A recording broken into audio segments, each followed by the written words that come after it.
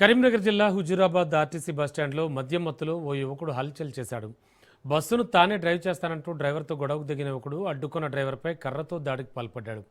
హుజూరాబాద్ బస్టాండ్లో RTC bus ప్లాట్ఫామ్పై నిలిచి ఉండగా మద్యం మత్తులో ఉన్న యువకుడు ఒక్కసారిగా బస్సులోకి ఎక్కి డ్రైవర్ సీట్లో కూర్చున్నాడు. బస్సు తాను నడుపుతా డ్రైవర్ దిగిపో అంటూ నానా హంగామా చేశాడు. డ్రైవర్ అతన్ని అడ్డుకునే ప్రయత్నం చేయగా వాగ్వాదానికి దిగాడు. అంతేకాదు తన వద్ద ఉన్న కర్రతో అక్కడున్న డ్రైవర్పై దాడికి దిగాడు. దీంతో ఆగ్రహించిన ఆర్టీసీ సిబ్బంది ఇతర డ్రైవర్లు కలిసి ఒకరిని అదుపులోకి తీసుకుని చితకబాదారు. అనంతరం స్థానిక పోలీస్ స్టేషన్కి తరలించారు. ఈ ఘటనతో బస్టాండ్లో కొంతసేపు ఉద్రిక్త పరిస్థితులు నెలకొన్నాయి. పోలీసులు కేసు నమోదు చేసి దర్యాప్తు చేపట్టారు.